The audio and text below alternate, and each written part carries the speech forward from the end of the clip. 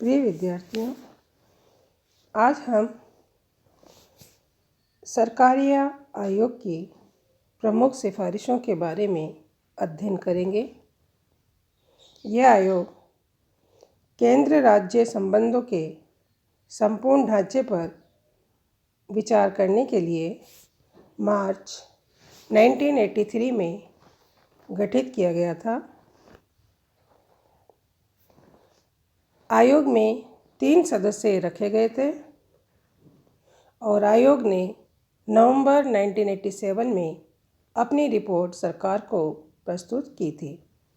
आयोग की यह रिपोर्ट 1600 पेजों की थी, जिसके 2 खंड थे। आयोग ने अपनी रिपोर्ट में कोई सारांश नहीं दिया है। आयोग का यह मानना है कि कोई भी सारांश केवल कुछ मुद्दों पर ही प्रकाश डाल सकता है।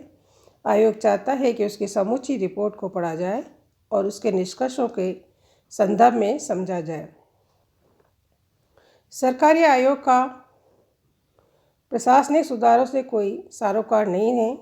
फिर भी केंद्र और राज्य संबंधों पर विचार करते समय आयोग ने कुछ ऐसे मामलों पर अपने विचार और अनुशंसाएं की है जिनका प्रशासनिक सुधार से संबंध अवश्य है।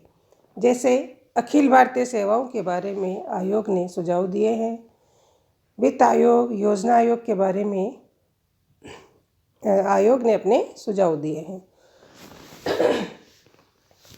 सरकारी आयोग की मुख्य सिफारिशों को हम निम्न बिंदुओं के माध्यम से समझ सकते हैं। जैसे इसकी सबसे पहली और महत्वपूर्ण सिफारिश है सुदृढ़ यानी कि शक्तिशाली केंद्र की अपरिहार्यता यानी आवश्यकता। आयोग हमेशा केंद्र को शक्तिशाली बनाने के पक्ष में ही रहा है और केंद्र की शक्तियों को और अधिकार को कम करने के प्रस्ताव पर आयोग विरोध में रहा है। आयोग ने अपनी रिपोर्ट में कहा है कि देश की एकता और अखंडता को और अधिक मजबूत बनाना है तो एक मजबूत केंद्र का होना आवश्यक है।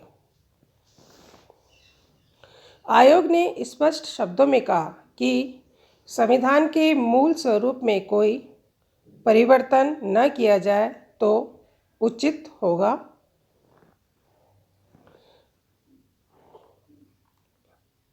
और केंद्र के अधिकारों पर किसी भी प्रकार का अंकुश लगाना उचित नहीं होगा। तो आयोग एक शक्तिशाली केंद्र के, मजबूत केंद्र के पक्ष में रहा है। उसके अधिकारों को कम करने की कोई आवश्यकता नहीं है आयोग के अनुसार, और देश की एकता और अखंडता के लिए ये आवश्यक भी है, ऐसा हम भी मानते हैं। राष्ट्रपति शासन राज्यों में जो लगाया जाता है उसके बारे में आयोग के बहुत गंभीर सुझाव रहे हैं। आयोग ने कहा है कि किसी भी राज्य में संविधान के अनुच्छेद 356 के अंतर्गत राष्ट्रपति शासन तभी लगाया जाना चाहिए जब कोई केंद्र के पास जब कोई दूसरा विकल्प ना रहा हो, मतलब अंतिम विकल्प के रूप में राष्ट्रपति शासन को लगाया जाना चाहिए। आयोग के अनुसार यह जो उपाय है, मतलब राष्ट्रपति शासन है, वो कम से कम अपनाना चाहिए और केंद्र को तभी हस्तक्षेप करना चाहिए जबकि राज्य का कामकाज संविधान में दी गई व्यवस्था के अनुरूप चलाना असंभव हो गया हो। राज्य की समस्या को राज्य स्तर पर ही सुलझाया जाना चाहिए और जब हम 356 का सहारा लेते हैं तो उसके पहले ये देखना चाहिए कि क्या कोई अन्य उपाय भी है। मतलब आयोग राष्ट्रपति शासन लगाए जाने के पक्ष में बिल्कुल नहीं है। उनका ये कहना है कि बहुत विकट स्थिति हो गई हो, यदि राज्य में वहाँ का शासन संविधान के नियमों के अकॉर्डिंग नहीं चल रहा हो, बहुत अराजकता हो गई हो, तो एक अंतिम विकल्प के रूप में राष्ट्रपति शासन लगाया जा सकता है। और इसके पहले राष्ट्रपति शासन लगाया जाए उसके पहले केंद्र को संबंधित राज्य को इस बारे में चेतावनी देकर स्पष्टीकरण मांगना चाहिए। और राष्ट्रपति शासन हमेशा राज्यपाल की रिपोर्ट पे लगाया जाता है, इसलिए संसद में वो रिपोर्ट भी प्रस्तुत की जानी चाहिए। सरकारी आयोग का ये भी सुझाव है कि राष्ट्रपति शासन संबंधी आदेश 2 महीने के भीतर संसद के सामने रखे जाने चाहिए और संसद के अनुमोदन के बाद ही विधानसभा भंग की जानी चाहिए। इसका प्रावधान करने के लिए हमें अनुच्छेद 356 में संशोधन भी किया जाना चाहिए। आयोग ने यह भी कहा है कि संविधान के अनुच्छेद 352 में जिस प्रकार आपातकाल की घोषणा के बारे में लोकसभा की अनुमति और उस पर विचार करने के लिए लोकसभा का विशेष अधिवेशन बुलाने की व्यवस्था होती है, वैसी ही व्यवस्था किसी राज्य में राष्ट्रपति शासन लगाने के बारे में होनी चाहिए। इसके बाद सरकारी आयोग ने वित्तीय व्यवस्था के बारे में भी अपने सुझाव दिए हैं। सरकारी आयोग ने सुझाया है कि योजना आयोग में प्रस्तावित वित्त आयोग प्रकोष्ठ को राज्यों में की जो वित्तीय व्यवस्था है उसको भी नियंत्रित करना चाहिए और आयोग ने प्रकोष्ठ को मजबूत बनाने के भी सुझाव दिए हैं। सरकारी आयोग का मानना है कि वित्त आयोग को अपने कार्य के लिए देश के विभिन्न भागों में विशेषज्ञ नियुक्त करने चाहिए और आवश्यकता हो तो राज्यों से आवश्यक विशेषज्ञ बुलाए जाने चाहिए, तो ये अधिक लाभदायक होगा। करों के बंटवारे के बारे में केंद्र और राज्यों के बीच जो करों का बंटवारा होता है उसके बारे में आयोग ने सिफारिश की है कि निगम कर के उचित बंटवारे के लिए संविधान में संशोधन किया जाना चाहिए। आयोग ने राज्यों की इस मांग को अस्वीकार कर दिया है कि उन्हें उत्पादक के एवज में बिक्री कर में अधिक हिस्सा दिया जाए। केंद्र सरकार को आयकर पर अधिभार नहीं लगाना चाहिए सिवाय किसी विशेष प्रयोजन से तथा सीमित अवधि के लिए हम इसे लगा सकते हैं, बाकी केंद्र को अधिकार नहीं होना चाहिए अधिभार लगाने का। समवर्ती सूची के मामले, आयोग ने सलाह दी कि समवर्ती सूची के मामलों पर केंद्र सरकार और राज्य सरकारों में विचार विमर्श होना चाहिए और आयोग का मानना है कि इस समय यह विचार विमर्श नहीं हो रहा है। संघ सूची में उल्लेखित विषय संख्या 97 जिसमें कि अवशिष्ट विषयों का उल्लेख है, कर लगाने संबंधी मामलों को छोड़कर इसे समवर्ती सूची में रखा जाना चाहिए। राज्यों को ऋण देने के बारे में आयोग का ये सुझाव था, ये मत था कि जो केंद्र राज्यों को ऋण देता है उस ऋण देने की पद्धति पर पुनः विचार किया जाना चाहिए और केंद्र द्वारा प्रायोजित परियोजनाओं की जो संख्या है वो कम से कम रखी जानी चाहिए और योजना की जो अवधि है उसके बीच में कभी भी कोई नई परियोजना शुरू नहीं की जानी चाहिए। राज्यों में केंद्रीय रक्षा बल, आयोग ने कहा है कि राज्यों में केंद्रीय रक्षा बलों को तैनात करने के मामले में केंद्र को निर्णय लेने का पूरा अधिकार होना चाहिए। यदि आवश्यक हो और केंद्र सरकार चाहे तो राज्य सरकार की इच्छा के विपरीत भी राज्यों में सुरक्षा बल तैनात कर सकते हैं। सुरक्षा की दृष्टि से मुझे लगता है ध्यान में रखते हुए आयोग ने ये सिफारिश की होगी। राष्ट्रपति के विचारार्थ राज्यपाल द्वारा विधेयकों का अभिरक्षण, जो राज्यपाल राष्ट्रपति को कुछ विधेयक विचार के लिए भेजते हैं उन विधेयकों के बारे में आयोग क्या कह रहे हैं ये हम देखते हैं। मतलब आयोग का ये मानना है कि जो राष्ट्रपति के विचार के लिए राज्यपाल द्वारा जो विधेयक भेजे जाते हैं तो उनके निपटारे के लिए राष्ट्रपति को समय सीमा का ध्यान रखना चाहिए और यह अवधि 4 मास के अंतर्गत ही होना चाहिए, 4 मास से अधिक नहीं होनी चाहिए उन विधेयकों पर डिसीजन लेने के लिए। यद्यपि यदि राज्य सरकार को स्पष्टीकरण मांगना और अनुच्छेद 201 के परंतु के अधीन राज्य विधानमंडल के पुनः विचार करने के लिए विधेयक को वापस करना आवश्यक समझा जाए तो यह कार्रवाई उस तारीख से 2 माह के भीतर की जानी चाहिए, जिस तारीख को ये मूल पत्र संघ को प्राप्त हुआ हो। तो एक समय सीमा आयोग निर्धारित करना चाह रहे हैं कि राष्ट्रपति के विचार के लिए जो भी विषय आते हैं उन पर 4 माह के भीतर राष्ट्रपति को अपना डिसीजन देना चाहिए, उसमें अधिक समय नहीं लेना चाहिए। अखिल भारतीय सेवाओं के बारे में भी आयोग ने कुछ सुझाव दिए हैं। आयोग चाहता है कि इन अखिल भारतीय सेवाओं में इंजीनियरिंग, चिकित्सा और शिक्षा को भी जोड़ा जाना चाहिए। इनकी भी अखिल भारतीय सेवाएं गठित की जानी चाहिए, जो कि अखिल भारतीय इंजीनियरिंग सेवा अभी चल भी रही है। और आयोग ने इसके साथ कृषि, सहकारिता और उद्योग के लिए भी अखिल भारतीय सेवाओं के गठन की सिफारिश की थी।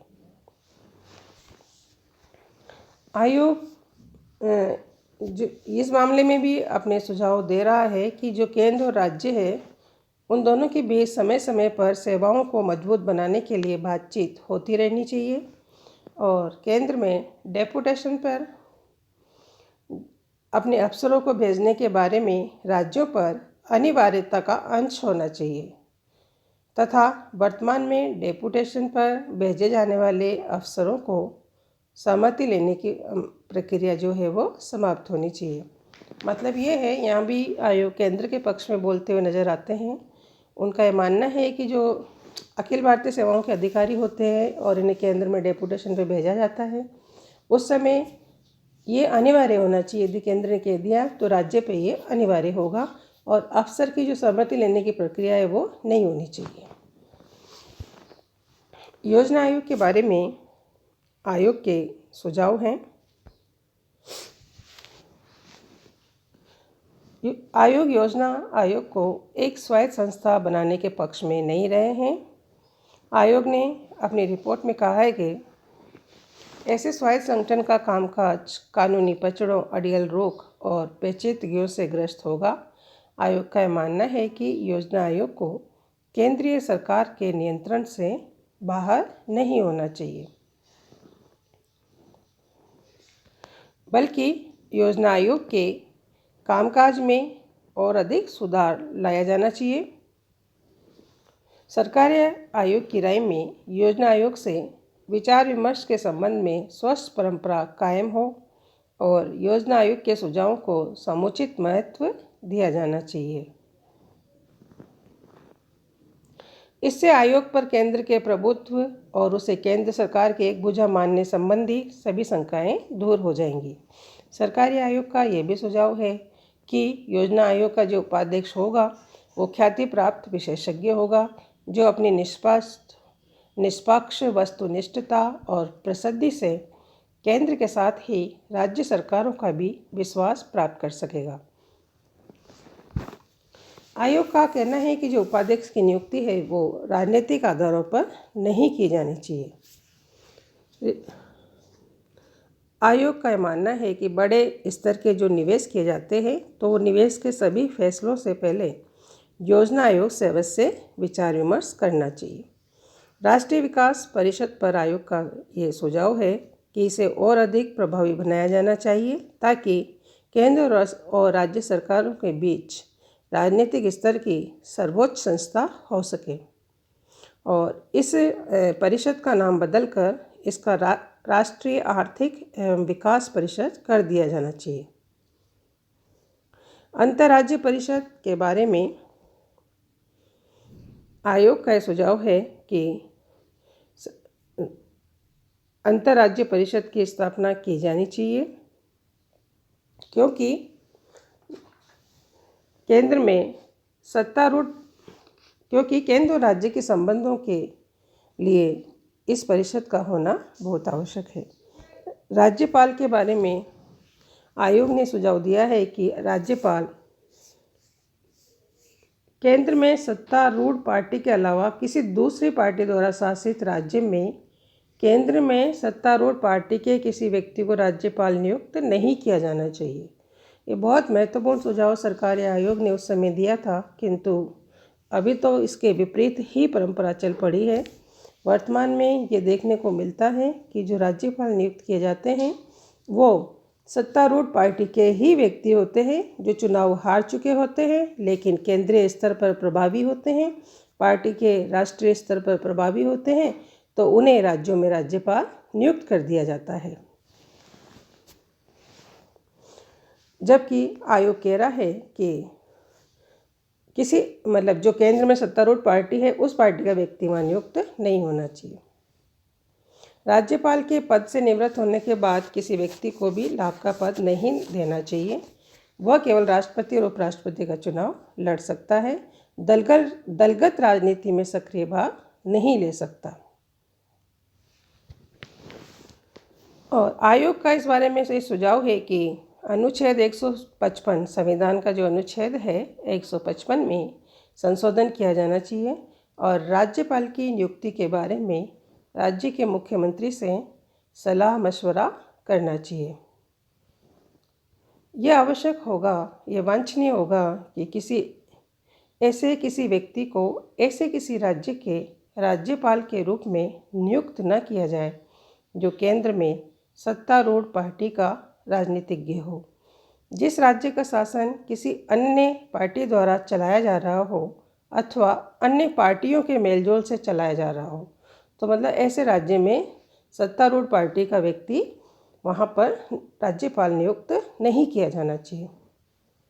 राज्यपाल की नियुक्ति की योग्यता के बारे में भी आयोग ने कहा है कि उसे किसी भी क्षेत्र में जानी मानी हस्ती होनी चाहिए और राज्य की सक्रिय राजनीति से उसका कोई लेना देना नहीं होना चाहिए। उसे तटस्थ रहना चाहिए। वो राज्य से बाहर का व्यक्ति होना चाहिए।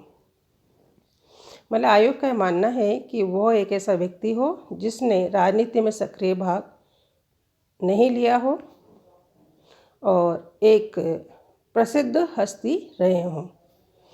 तो वर्तमान में हम राज्यपाल की नियुक्ति के बारे में जो देखते हैं वो तो बिल्कुल ही विपरीत नज़र आता है। राज्यपाल राजनीति में सक्रिय रह चुके व्यक्तियों को ही नियुक्त किया जाता है। आयोग की ये सिफारिश बहुत प्रैक्टिकल है और इस पर विचार किया जाना चाहिए, लेकिन ऐसा हुआ नहीं है। जांच आयोग बनाए जाते रहते हैं समय समय पर, उसके बारे में आयोग ने ये सुझाव दिया है कि जांच आयोग की नियुक्ति के अधिकार का दुरुपयोग रोकने के लिए किसी राज्य के मुख्यमंत्री या पूर्व मुख्यमंत्री के विरुद्ध पद के दुरुपयोग के आरोपों की जांच के लिए आयोग की नियुक्ति के प्रस्ताव पर संसद के दोनों सदनों में मौजूद और मतदान करने वाले सदस्यों के बहुमत का समर्थन होना चाहिए। यदि किसी राज्य के मुख्यमंत्री या पूर्व मुख्यमंत्री के विरुद्ध पद के दुरुपयोग के मामले की जांच चल रही हो और जांच आयोग बनाया जा रहा हो तो उस जांच आयोग की नियुक्ति का जो प्रस्ताव है वो संसद के दोनों सदनों में रखा जाना चाहिए और वहाँ से बहुमत से पास होना जरूरी है। भाषा के बारे में भी आयोग ने अपनी बातें रखी है। भाषा का राजनीतिकरण प्राय देश की एकता और अखंडता के लिए खतरा बन गया है। देश की एकता और अखंडता के लिए त्रिभाषा सूत्र को सभी राज्यों में सही अर्थ में समान रूप से क्रियान्वित करने के लिए केंद्र को मजबूत कदम उठाने चाहिए, क्योंकि संघ और राज्य सरकार का वह काम जिससे स्थानीय लोग संबंधित हो या प्रभावित होते हों स्थानीय भाषा में किया जाना चाहिए। भाषाई अल्पसंख्यकों के हितों के संरक्षण के लिए बनाई गई आचार संहिता को पूर्णतः लागू किया जाना चाहिए। तो केंद्र और राज्य संबंधों को लेकर ये सरकारी आयोग गठित किया गया था 83 में और सरकारी आयोग ने विशेषकर केंद्र और राज्य के संबंधों के बारे में अपनी सिफारिशें दी, क्योंकि राज्यपाल के बारे में भी उनके महत्वपूर्ण सुझाव थे और राज्यपाल का पद भी केंद्र राज्य संबंधों में बहुत महत्वपूर्ण भूमिका निभाता है। तो आयोग की इन सिफारिशों पर सरकार ने कितना ध्यान दिया है इसका भी हम एक नज़र में देख लेते हैं। आयोग की जो सिफारिशें आई उसकी बहुत अधिक आलोचना हुई, ये कहते हुए कि इसने मजबूत केंद्र संघात्मक एकता की दृष्टि से ही विचार किया है। आयोग ने केवल केंद्र के पक्ष में ही अपनी सिफारिशें दी हैं, जबकि इसे केंद्र राज्य संबंधों के लिए गठित किया गया था, परंतु आयोग का रुझान शक्तिशाली केंद्र की तरफ ही रहा है।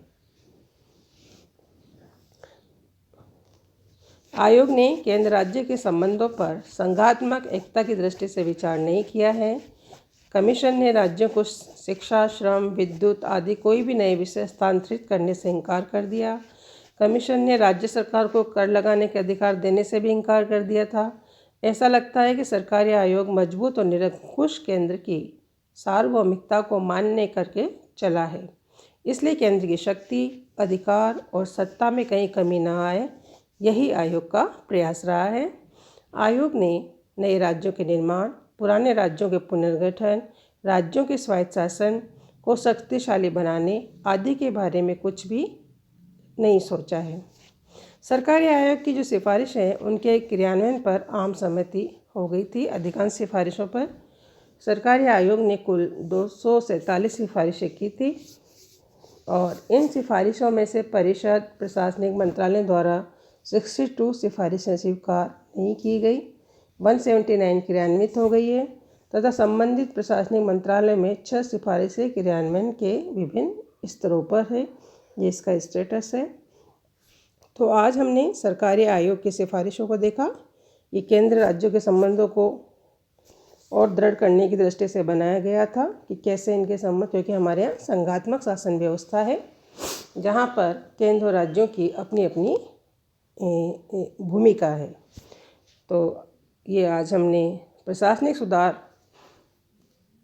के टॉपिक के संदर्भ में, इससे पूर्व हमने प्रशासनिक सुधार आयोग की सिफारिशों को देखा था और आज हम सरकारी आयोग की सिफारिशें देख रहे थे। तो दोनों ही आयोगों की सिफारिशें महत्वपूर्ण हैं।